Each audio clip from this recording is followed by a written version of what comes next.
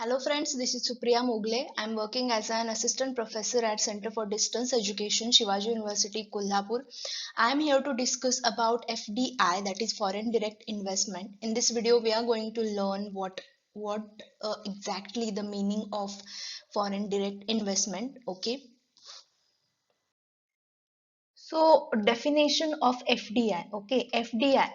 It stands for foreign direct investment. It is a process whereby residents of one country acquires the ownership of asset for the purpose of controlling the production and other activities of a firm in another country, that is host country. Okay, so here you can see the picture that another country is going to invest in the home country. It is, which is the another country, is called host country, and where they are going to invest, that is called home country. So I will give you one example, then you can understood that better. Okay,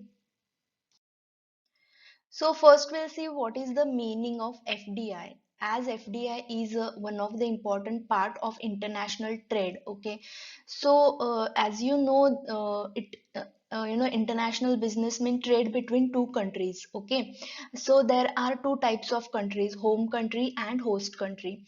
Home country means your parent country, means where your uh, business is located actually or established, and host country means when you are going to export your product in the other country, that is, or when you are running your business in other country, that is called host country. So in FDI, I will give you one example, then you will understand it what is FDI. So this is home country India. Okay, here one business is running and it is host country, and host country, that is USA, is going to invest in Indian company. Okay, one foreign company is there which is located in the USA, or any one businessman is there, he wants to invest in Indian company. He comes to the India and he purchases some shares or debentures, or they invest in the Indian company, and that is called foreign direct investment. Okay, foreign country is directly investing to the home country or to the parent country, that is called foreign direct investment. Okay, so there are two ways of FDI. Okay, first is foreign company purchases shares and debentures of Indian company and invest in the Indian company. So here I am explaining this by using Indian company, as we live in India. So foreign country and our home country, you will understand it better by using, when we use Indian company, then you can get that this is home country. Okay, and foreign country means any other country out, outside of India is going to invest in your country. So I am not indicating the words, or I am not telling that words like home country and parent country, etc. I am directly explaining by using foreign company and Indian company. Okay, so it will easy to understand. So how you are going to have FDI? So first way is foreign company purchases shares or debentures of Indian company and invest in the Indian company. Okay, that means Indian company is going to sell their shares to the foreign company, and in return that foreign company will invest in the India. Okay, this is one way. And next way is foreign company comes to India and establish their own company in India. Okay, they are not going to invest in any Indian company, they are going to establish their own company in India.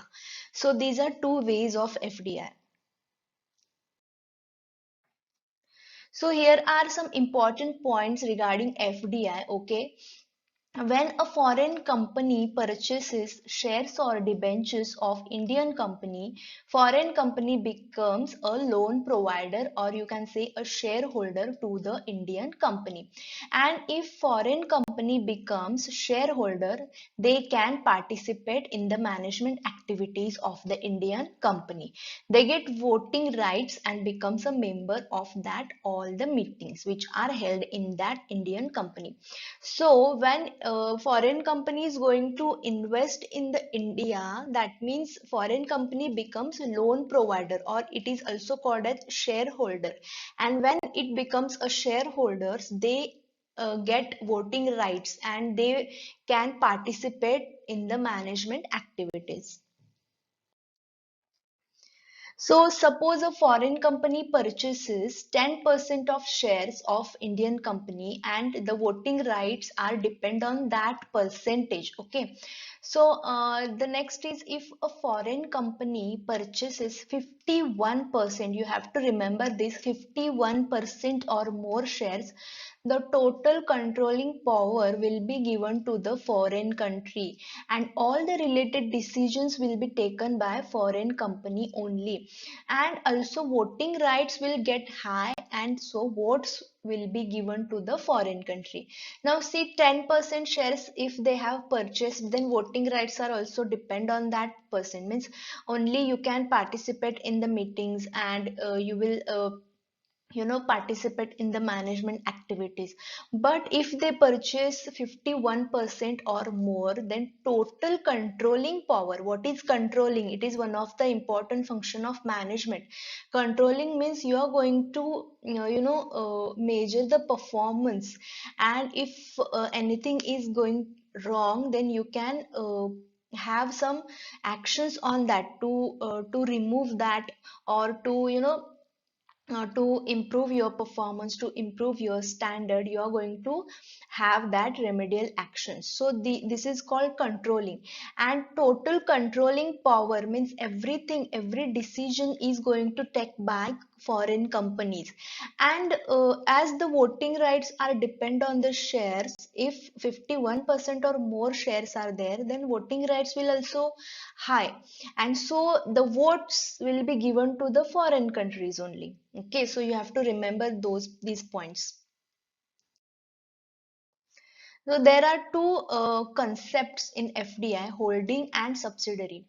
A company who purchases 51% of shares, that company, that is host country, is known as holding. Okay, and a company who sells their share or whose shares are purchased by other company is called subsidiary.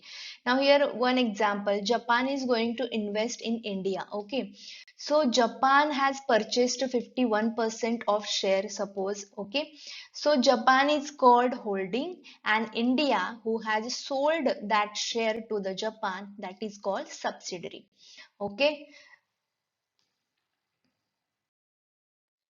so here I complete my video. I hope you understood the concept of FDI, who is going to invest in which country and what it is called.